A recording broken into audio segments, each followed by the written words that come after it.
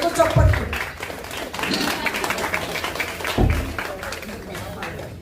ఇప్పుడు మన ముఖ్య అతిథి గారు తేజస్వి గారు మనకి ఈ సాంస్కృతిక శాఖలో మన బొమ్మల కొలువు గురించి, మనం చేయాల్సిన కర్తవ్యం గురించి, మహిళల్లో ఉన్నటువంటి సృజనాత్మక శక్తుల గురించి, సౌందర్య దృష్టి గురించి, వీటిలన్నిటి గురించి మనందరం విందాం.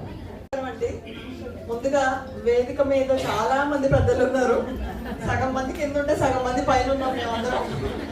కాబట్టి వేదిక మీద ఉన్న పెద్దలకు, వేదిక ముందున్న, అసలు నన్ను అడిగితే ఈరోజు సంక్రాంతి ముందే వచ్చిందా? అసలు ఇంత కలర్ఫుల్ రూమ్ నాకు తెలిసి ఎంటైర్ విజయవాడలో ఇంకెక్కడ ఉండదు. అంత అద్భుతంగా కలర్ఫుల్ గా ఉంది ఈరోజు ఇక్కడంతా కూడా ప్రాంగణం. ఎన్నో డెవలప్డ్ కంట్రీస్ ఉంటాయి, యుఎస్ కానివ్వండి, లేకపోతే ఆస్ట్రేలియా కానివ్వండి, ఇవన్నీ డెవలప్ అయి ఉండొచ్చు. కానీ మన భారతీయ సంస్కృతిలో ఉన్న ఒక గొప్పతనం ఏంటంటే ఇంత కళ ఉండదు ఏ కంట్రీలో కూడా. ఎంతో కళాత్మకమైన కంట్రీ, కళలను నింపుకున్న దేశం ఏదైనా ఉందంటే అది భారతదేశం. అందులోనూ తెలుగు సంస్కృతి సాంప్రదాయాలు అనేవి ఎంత గొప్పవంటే ఈనాటికి కూడా మనం అమ్మ వాళ్ళ ఊరు వెళ్ళినట్టో, లేకపోతే మన చిన్నప్పటి సాంప్రదాయాలన్నీ గుర్తు చేసుకుంటున్నట్టో చేసిన ప్రతి చేతికి నమస్కారం అండి.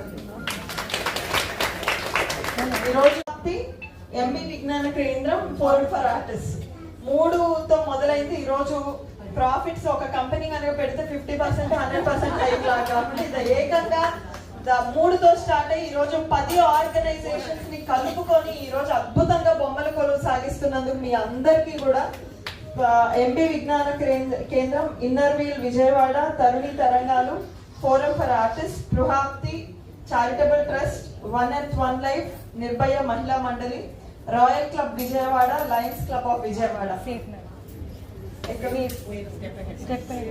ఓకే సేఫ్, అందరికీ కూడా పేరు పేరున ధన్యవాదాలండి.